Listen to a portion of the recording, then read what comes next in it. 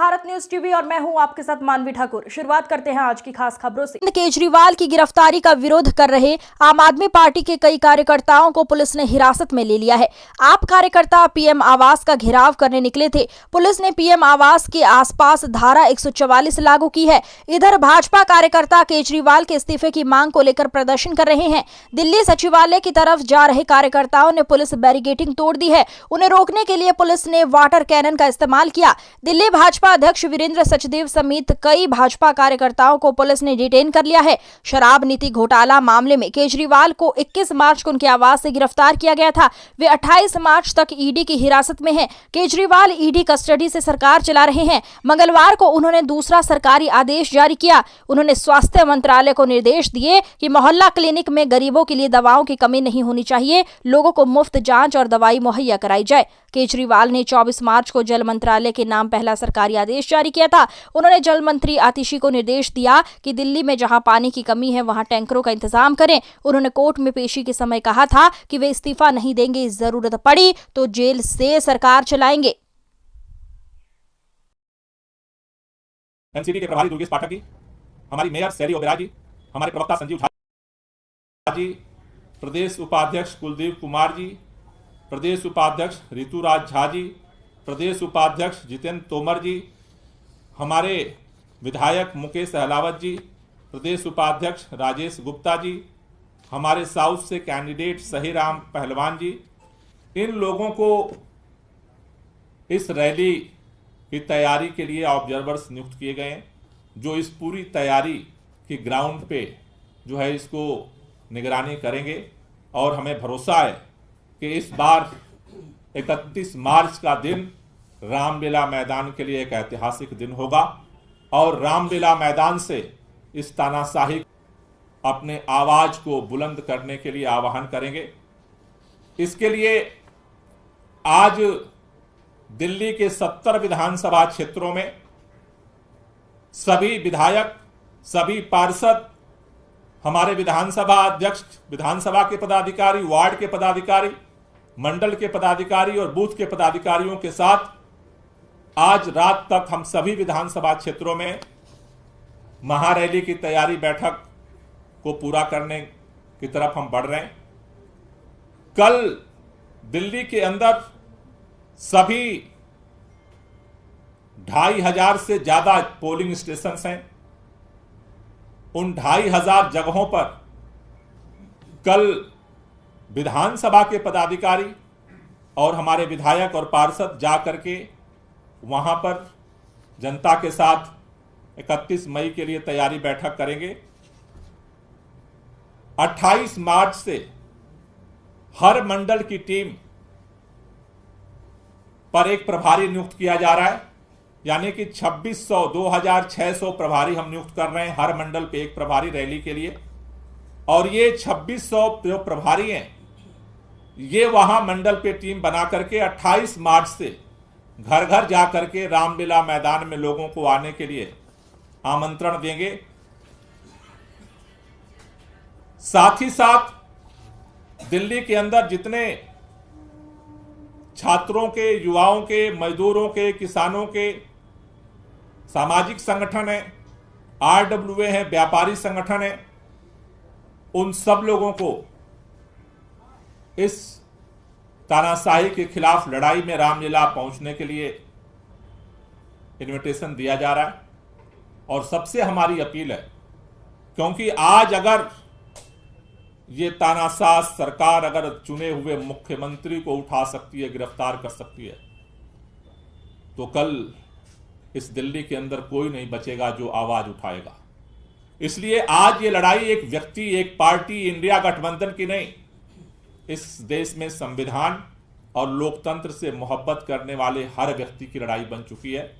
इसलिए सभी लोगों से मेरा निवेदन है कि आप ज्यादा से ज्यादा संख्या में जो संविधान और लोकतंत्र से मोहब्बत करते हैं वो इस रैली में शामिल होने के लिए रामलीला मैदान पहुंचें।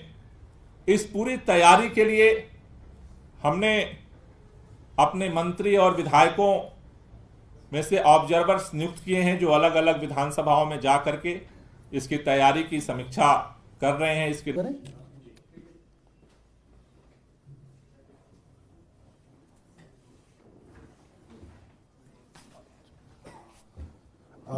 नमस्कार दोस्तों, आज 26 मार्च है और 21 मार्च को आप सबने देखा कैसे रात को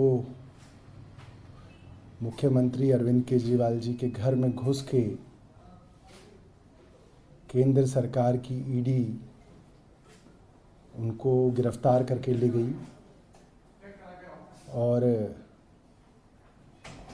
तब से वे ईडी की हिरासत में हैं।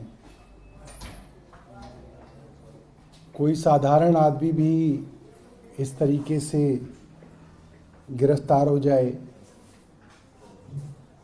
तो उसकी चिंताएं रहती हैं, पत्नी का क्या है, बच्चों का क्या है, कौन वकील किया जाए, कैसे बेल ली जाए, क्या बहस हो रही है। और हमारे अरविंद केजरीवाल जी ऐसे मुख्यमंत्री हैं, ऐसी मिट्टी के बने हैं कि वहाँ ईडी की हिरासत में भी उनको ये लगा हुआ है कि कहीं ऐसा तो नहीं कि मैं हिरासत में चला जाऊं और पीछे से दिल्ली के लोगों की परेशानियां बढ़ जाएं। और एक विषय उनके दिल के हमेशा बड़ा करीब रहा, दिल्ली की स्वास्थ्य व्यवस्थाएं, कि दिल्ली के अस्पतालों में समय पे इलाज मिले, गरीब को भी मिले, मिडिल क्लास को भी मिले, मुफ्त इलाज मिले, मुफ्त दवा मिले, मुफ्त टेस्ट मिले। मुझे याद है कि जब मुख्यमंत्री जी बाहर थे तो मुझे कहते थे कि तू कब जाएगा अस्पताल, कब जाएगा? तो मैं बोलूँगा सर कल जाऊँगा। कौन से हॉस्पिटल जाएगा? मैं कहूँ सर इतने में जाऊँगा। अच्छा ठीक है।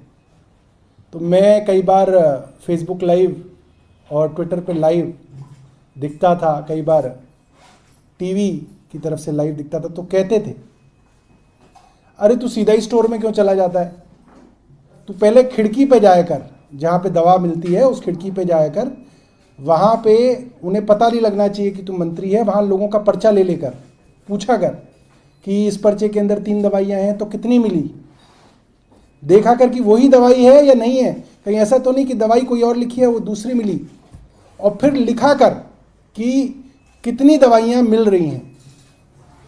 पहले मेरे को आइडिया नहीं था, मैं पहले ही एमएस के पास जाके पूछता था कि भाई ईडीएल लिस्ट कितनी है, असेंशियल ड्रग लिस्ट उसमें कितनी मौजूद हैं। कहते नहीं इनके चक्कर में मत पड़, तू बाबू मत बन, पहले खिड़की पे जाया कर। और देखते थे, हर वीडियो को देख के कहते थे कि यहाँ पे तो ये दवाई नहीं थी, तो क्या किया? फिर मैं बताता था कि ऐसे किया ऐसे किया। और मोहल्ला क्लिनिक्स के विषय में कई बार लोग डायरेक्ट शिकायत कर देते थे, तो पूछते थे कि ये मोहल्ला क्लिनिक यहाँ पे है, इसमें तो इतने दिनों से डॉक्टर नहीं है, क्यों नहीं है? इतने दिनों से है तो अफसर ने क्या कार्रवाई की, तुमने क्या किया? एक एक चीज का ध्यान रखते थे। और पता नहीं किस मिट्टी से बने हैं कि आज हिरासत में है तो भी दिल्ली के लोगों के स्वास्थ्य की चिंता है।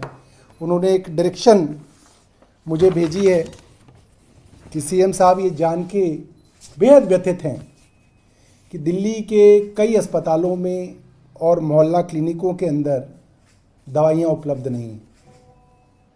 कुछ अस्पतालों में, मोहल्ला क्लिनिकों के अंदर जो मुफ्त टेस्ट होते हैं, जो मुफ्त ब्लड टेस्ट होते हैं और सैंपल्स होते हैं, वो उपलब्ध नहीं हैं। और उन्हें लगता है कि उनके जेल में जाने की वजह से दिल्ली में किसी को तकलीफ नहीं होनी चाहिए। वो जेल के अंदर हों, बाहर हों, जब भी कोई गरीब आदमी सरकारी अस्पताल में दवाइयाँ लेने जाए उसे दवा मिले। और अगर उस गरीब आदमी को दवा नहीं मिलेगी, एक बड़ी साधारण सी बात है दोस्तों कि एक मिडिल क्लास आदमी अगर अस्पताल में जाए, दवा ना मिले तो वो खरीद सकता है, मगर दिल्ली के अंदर लाखों ऐसे गरीब परिवार हैं जो दवाइयों के लिए पूरी तरीके से सरकारी अस्पतालों में आश्रित हैं। और कुछ लोगों की तो दवाइयाँ ऐसी हैं जो जब तक जिएंगे तब तक उनकी दवा चलेगी। किडनी की जिनको बीमारियां हैं, जब तक जिएंगे तब तक डायलिसिस होगा, जब तक जिएंगे दवा चलेगी। ब्लड प्रेशर की दवा है, डायबिटीज़ की दवा है, इस तरह की कई ऐसी चीज़ें हैं जिनकी दवा के लिए वो लोग पूरी तरीके से दिल्ली सरकार के अस्पतालों पे, मोहल्ला क्लिनिकों में और हमारी डिस्पेंसरियों में जो मुफ्त दवा मिलती है उस पर आश्रित है। और बहुत सारे लोग ऐसे हैं जिनको लगातार इंटरवल्स के बाद टेस्ट कराने की ज़रूरत पड़ती है, और वो टेस्ट भी जो है उसके लिए वो हमारे मोहल्ला क्लिनिकों पे आश्रित हैं। और इस तरीके की सूचना मुख्यमंत्री जी को मिली है कि कई मोहल्ला क्लिनिकों के अंदर जो मुफ्त टेस्ट होते थे उसके अंदर समस्या आ रही है। तो उन्होंने मुझे आदेश दिया है कि इसके ऊपर जल्द से जल्द उचित कदम उठाए जाएं और ये सुनिश्चित किया जाए कि सभी अस्पतालों में, मोहल्ला क्लिनिकों में सारी दवाइयाँ और सारे टेस्ट मुफ्त मिले और उनकी उपलब्धता कम ना हो। मैं समझता हूँ कि उनका निर्देश तो हमारे लिए भगवान की आज्ञा जैसा है, और इसके ऊपर युद्ध स्तर पे मेरा विभाग और मैं मिलकर कार्रवाई करेंगे। और मैं अरविंद केजरीवाल जी की तरफ से सभी दिल्ली के लोगों को ये आश्वस्त करना चाहता हूँ कि आपका मुख्यमंत्री चाहे जेल में है, मगर सोच वो सिर्फ आपके लिए रहा है, सिर्फ और सिर्फ जनता के लिए मुख्यमंत्री सोच रहे हैं। और उनकी चिंता यही है कि उनके जाने के बाद पीछे कोई व्यवस्था खराब ना हो। और हम सब लोग जो उनके सिपाही हैं, हम सब लोग 24 घंटे काम करेंगे, मगर कोई दिक्कत जो है दिल्ली वालों को नहीं होने देंगे। ऐसी मुख्यमंत्री जी की इच्छा है।